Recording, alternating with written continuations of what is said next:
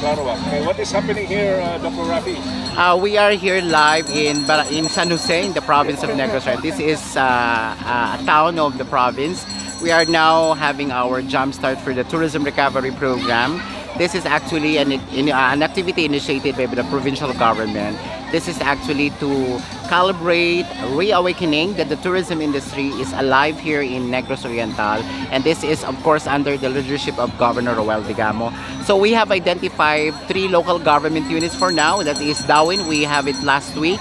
And this time we have in San Jose, and by next week it will be in Pamplona. So we actually introduced the farm tourism concept and the faith tourism. So we evaluated their sites, and we have identified here in Bandera. It's actually at the foot of the Mama Mary's Hill. It's actually the Our Lady of Lourdes, right? It was actually installed in 1980s by the former mayor Fe Pareja during her term, and it was of course visited by a lot of people here in San Jose and adjacent towns and municipalities. After here, the kickoff, we will proceed to the dragon fruit farm and the pineapple farm. The concept is pick and pay because this is farm tourism, and we will of course work on our economy here in the locality of San Jose. And after that, we'll proceed to Azalea, is one of the destination also here in San Jose, and we move to Alimion, the newly discovered, of course, destination in San Jose. So we are still discovering other destinations here in San Jose. So primarily, we want to point out that this activity is actually focused on domestic tourism because we don't have international flight. So there have been a lot of questions why we are having this activity.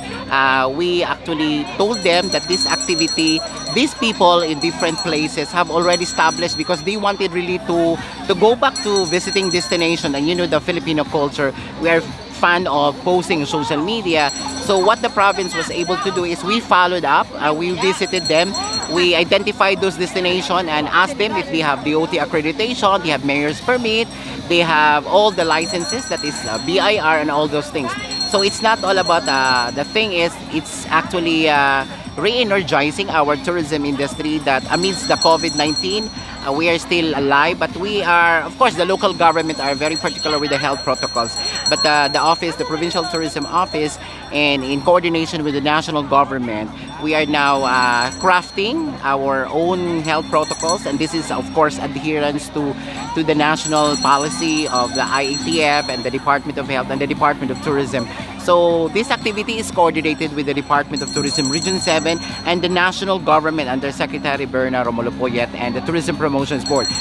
We are starting to prepare everything because the good secretary is set to visit Negros Oriental by the 2nd week of October. Faith tourism, kanang mga destinations sa religious.